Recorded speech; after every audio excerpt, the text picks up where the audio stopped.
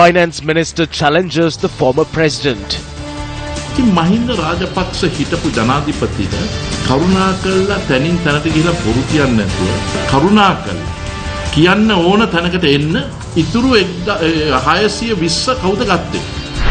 The ruling party on two different views with regard to the executive presidency.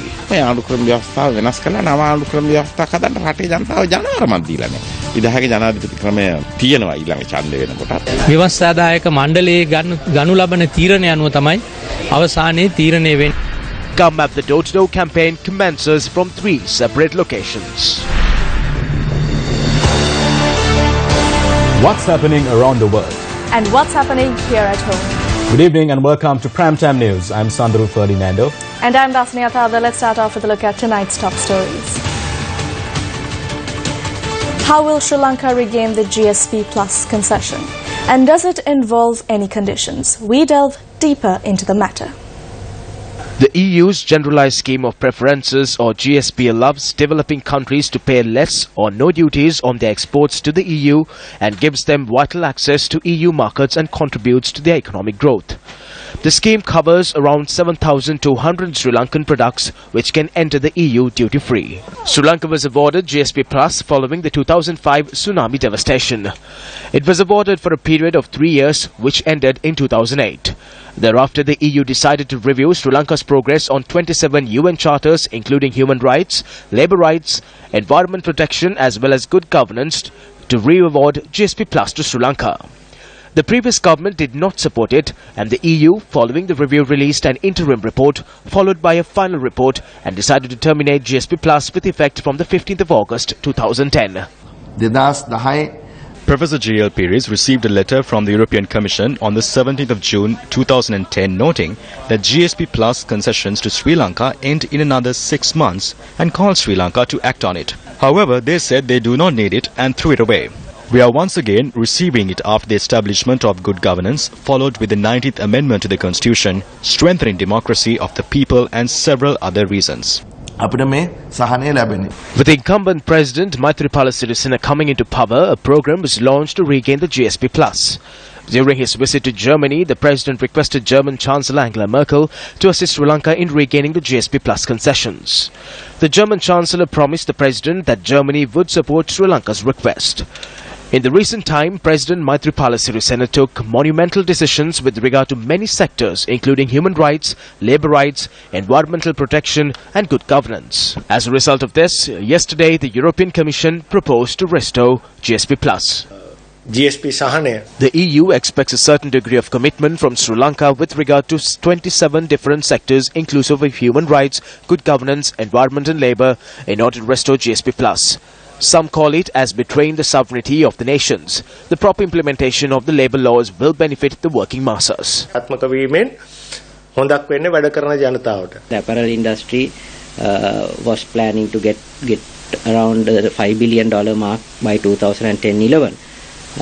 But unfortunately, due to the European Union seeing otherwise of our human rights conditions in the country, finally decided to pull out the GSP Plus, which made the apparel industry products alone 10% or so more costly to buyers. So obviously those buyers shifted the sourcing from other countries. Sri Lanka lost I would call the opportunity cost, which we estimate may be around $500 million for a year.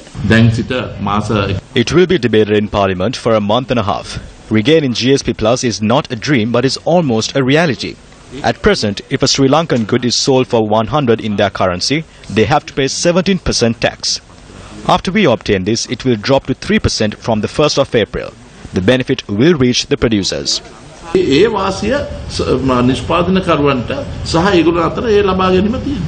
Are there any conditions? There are no conditions.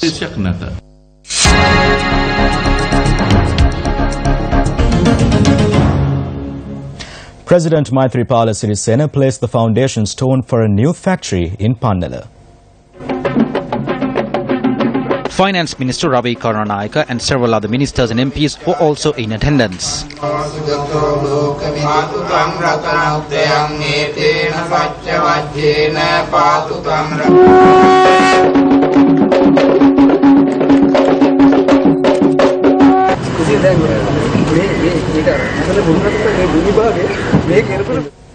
Speaking to reporters today, the finance minister commented on resident visas for foreigners visiting Sri Lanka with a minimum investment of $300,000. අප ලෝකයට කියනවා කරුණාකර ලංකාව පාවිච්චි කරන්න. We invite the world to use the Sri Lankan banking system to deposit their additional money. There are three methods of investing here.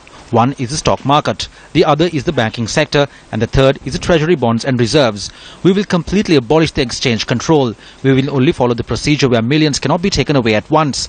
If anyone comes to Sri Lanka with a savings or reserve of a minimum $300,000, that person can become a temporary resident here. There will be an administrative provision for that. In about 2 months, we will create the legal environment for that.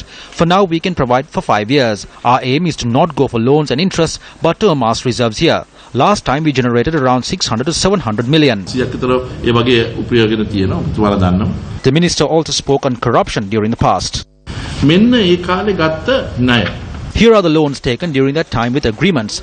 The Hambantota Port Development Project dated the 30th of October 2007, $306 million. Phase 2 of the Hambantota Port Development Project dated the 17th of September 2012, $51 million.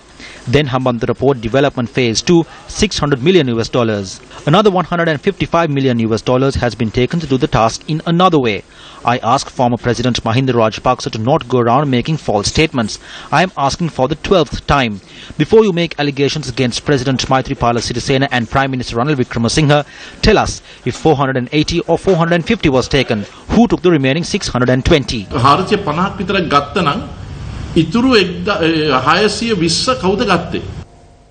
Delivering a special address in London yesterday, Minister of Foreign Affairs Mangala Samaraweera outlined the reconciliation efforts brought in by President Maithripala Sirisena following the end of the 30-year-long conflict in the country. In his address, titled The Reconciliation Process in Sri Lanka, at Chatham House, the Royal Institute of International Affairs in London, Minister Samaraweera emphasised the key challenges facing the government and how the country is moving forward in its endeavour to create a peaceful, unified, stable and prosperous country. In his speech, Minister Samaraweera says, now that the consultation task force set up to seek the views of the public has just handed over its report to the government on the 3rd of January, the relevant experts of government, in an exercise coordinated by the Secretariat that has been set up to coordinate the reconciliation mechanisms, will be studying the report and finalising the designing of a truth-seeking commission and a reparations office. While noting that there are divergent views even within the government in respect of the participation of foreign judges in the proposed judicial mechanism, Minister Mangala Samaraweera says that despite the divergence of opinions, there is a clear consensus across the board on the need of an independent and credible domestic mechanism as promised by the manifesto of President Maithripala Sirisena. He goes on to say that as a democratic and sovereign government, the government of Sri Lanka intends on working out the architecture of such a mechanism in consultation with all the stakeholders. Speaking further, Samaraweera says that the President's party, the SLFP and the JVP, have asked for time to present their respective final proposals, adding that the interim report therefore is expected to be tabled in the Constitutional Assembly in early February for debate. Drawing his attention to the statement issued by the European Commission yesterday on granting the GSP Plus concession to Sri Lanka, the Minister of Foreign Affairs said that this is yet another indicator of Sri Lanka moving along the right track, and lashed out at the opposers, who he called cynics, noting that there will be no U-turn despite some detours from time to time. Minister Mangala Samaraweera went on to say that the government will break away from the past and will confine those who spin webs from the threads of ignorance to the dustbin of history, finally putting prejudice, ignorance, mediocrity and opportunism behind the country once and for all, and build a truly united, democratic, multicultural and prosperous Sri Lanka where peace, justice, equality, dignity and freedom for all prevail.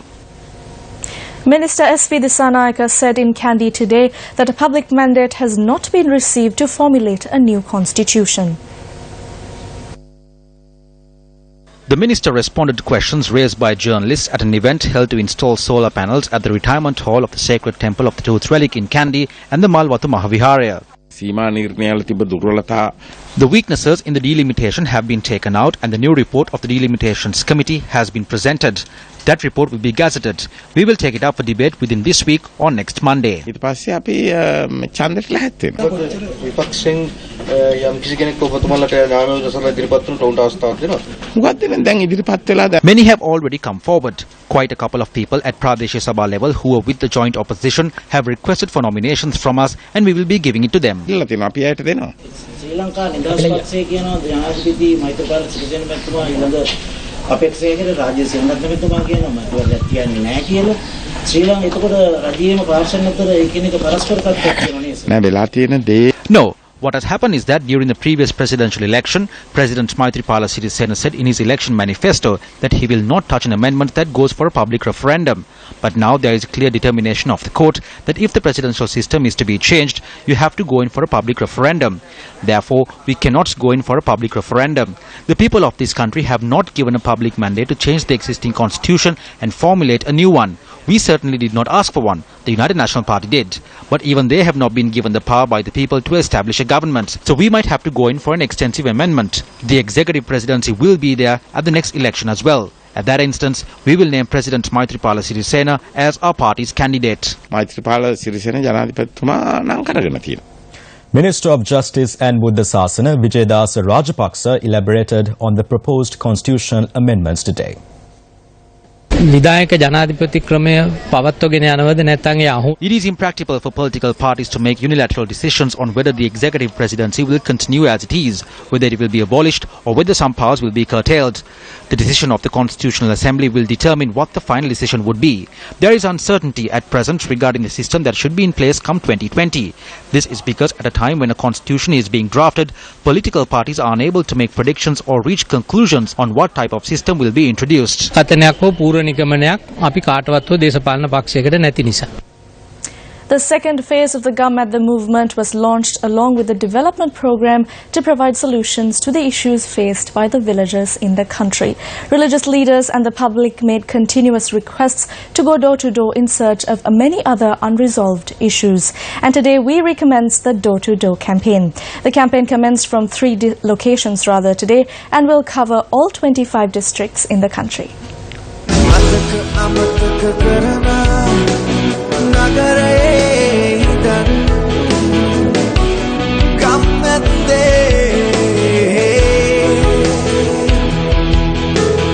The first group of people we met under the door-to-door campaign were in Meethanna in Mavatakama Kurunagala.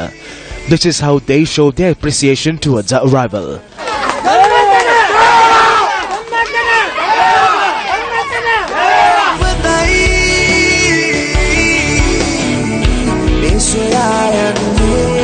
These locals have been inconvenienced due to the absence of a proper drinking water system. එක්කෙනෙක්ගේ 3500 ගානේ ගෙදරකින් එකතු කරලා තමයි මේ link එක හැදුවේ. හදලා ඉවරලා ඒක වහලා දැන් වතුර නෑ කාටවත්. මූණු හොදන්න තොටු ගන්නේ අපට. උස්ම වැටෙන තරමට. මෙතනින් උඩ විශාල පිරිසක් ගෙවල් තියෙනවා. ඒ ගෙවල් වල ඇට නාන්නවත් බොන්නවත් වතුර නෑ.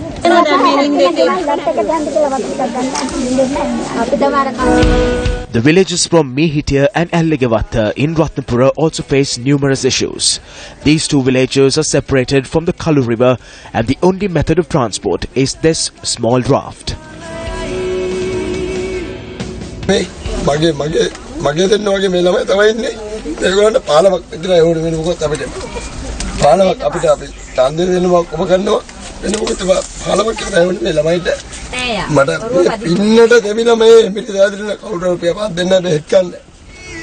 දවසක් නැතිව බැලුම් ගන්න. Newsfirst also visited the areas of Shanmugampuram, Kandasamy Nagar and Thatunkulam in Vavuniya in search of issues faced by the public. Thatunkulam suffers from chronic kidney disease. The only aspiration of the locals is clean drinking water.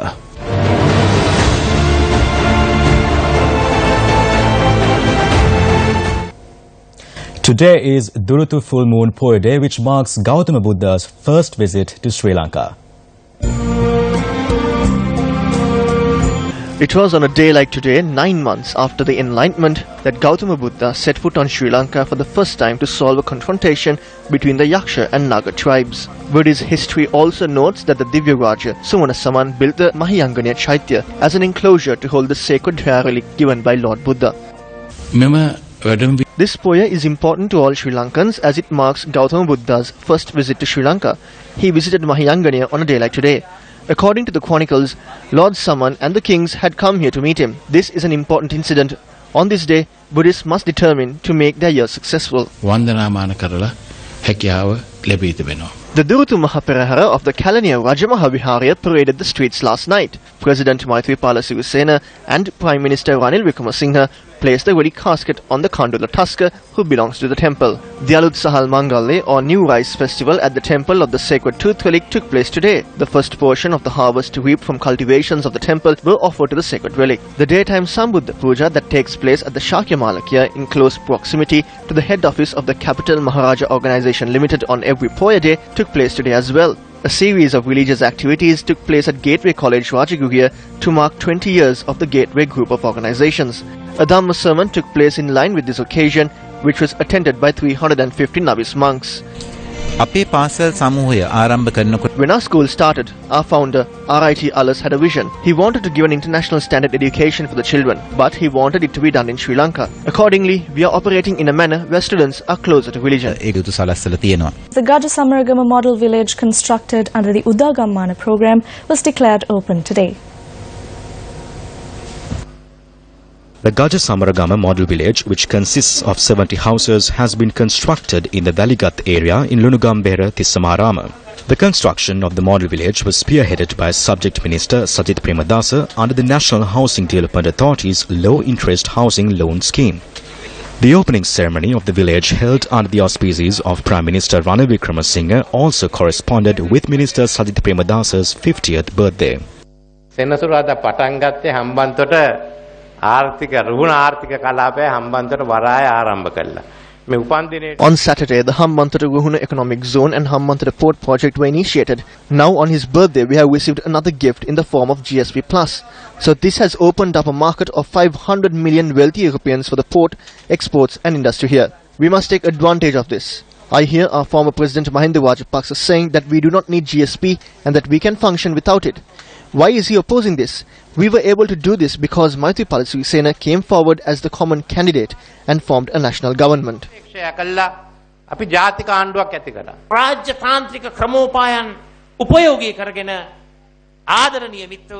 My dearest friends, I am very happy that on my birthday we have received the GSP Plus concession through diplomatic strategies of the good governance government, enabling the establishment of not one or two, but thousands of factories for our motherland, our country and its people.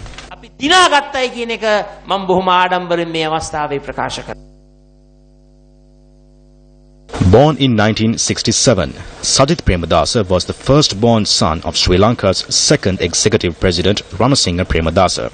Sajith Premadasa was first elected to parliament in the year 2000. Having received a public mandate in the United National Party at several occasions, Sajith Premadasa continued the welfare programs initiated by his father while serving both in the ruling party and the opposition. After taking on the role of Minister of Housing and Construction following the establishment of the incumbent government, he initiated a program to broaden his father's housing concept and carry it forward.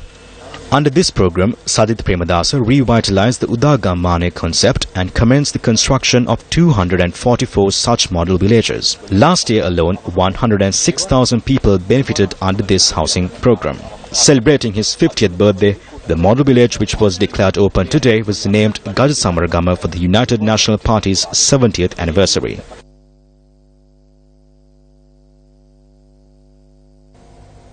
The project to expand the low-level road as a 4-lane corridor commenced today. The Orogodawatta-Ambatale road will be expanded to 4 lanes at a cost of 7,000 million rupees. The project inauguration was attended by ministers and MPs.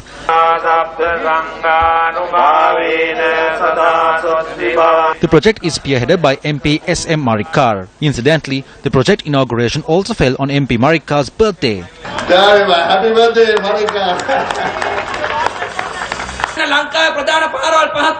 There were 5 major roads in the country. All roads were renovated except for this. I did not understand the reason. I told the people in Colonau that I will take the responsibility of renovating this road. With the renovation, we have to pay 3.5 billion rupees as compensation.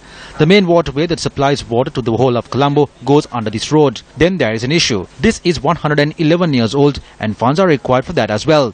We spoke with Prime Minister Ranil Wickremesinghe, the Road Development Authority and the National Water Supply and Drainage Board to raise 6.5 billion. That is how we are commencing this project. In the Mahinda Chintanya, it was said that a factory will be created at every divisional secretary area and 500 jobs will be given. He failed in doing so. Today the President and the Prime Minister developed Hambantota and will provide 100,000 jobs in the next 3 years. Some try to sabotage this.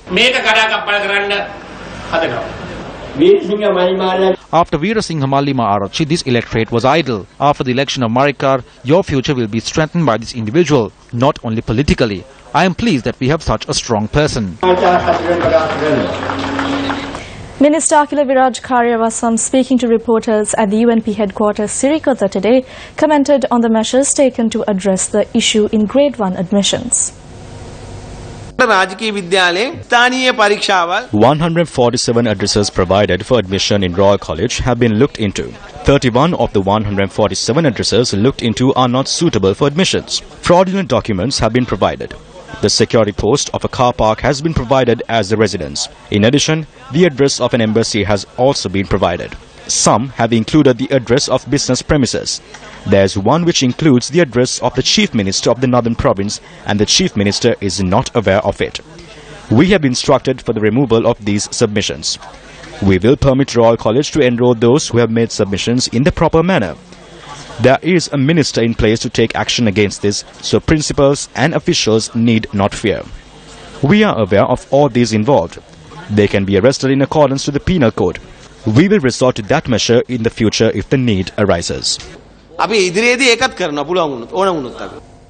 Several representatives of the joint opposition arrived at the Valley Cadet prison today to visit Vimal Weerawansa. Speaking to the media following the visit, the joint opposition representatives said that MP Weerawansa had observed SIL today.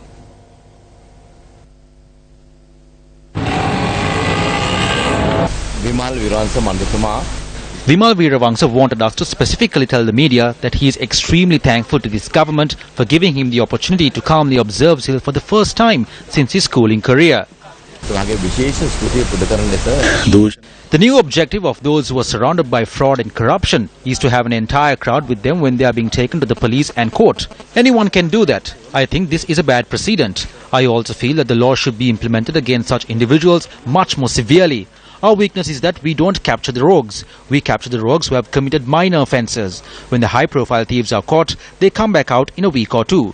These are the things which we regret. There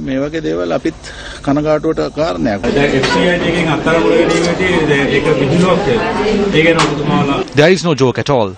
Officers at the FCID are responsible people and they have been tasked with investigating, and according to their investigations and the evidence they receive, they will arrest those who need to be arrested.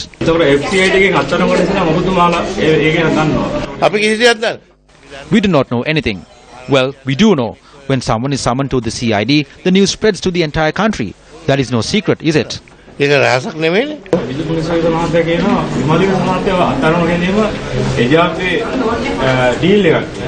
am not aware of anything like that. I do not feel an immense sense of happiness over the arrest of MP Weerawansa. Even if it was done during the previous government or this government, a crime is a crime. Action should definitely be taken even with regard to the central bank issue. That is what I complained to the Bribery Commission about, and now that measure is being implemented, we are most certainly of the stance that action should be taken. Even they should be given the highest punishment according to the country's law. State Minister Dilan Pereira made an interesting remark while speaking at an event today. Volkswagen is a hot topic now. When I contested for the first time, I drove a Volkswagen. It is shaped like a tortoise. However, it is different from the other cars. What is it? The engine is located in the rear. That is what has happened to the Prime Minister as well. We brought in a Volkswagen company, then he said, here is a Volkswagen company. The owners say otherwise. Just like the Volkswagen car, the engine of several UNP personnel are located in the rear. There are those who obtain the UNP contract to divide the Sri Lanka Freedom Party. When they sit down, their brains shrink. Professor G.L. Piris, Basil Rajapaksa, who made Mahinda lose, have lost their minds. Hey! එවුන්ගෙත් මොලේ තියෙන්නේ එන්ජිපතිර පිටිපස්සේ. And with that, we wrap up Primetime News. For the Newsfirst team, I'm Sandra Ferdinando. And I'm Dasnia Tada. Have a very good night.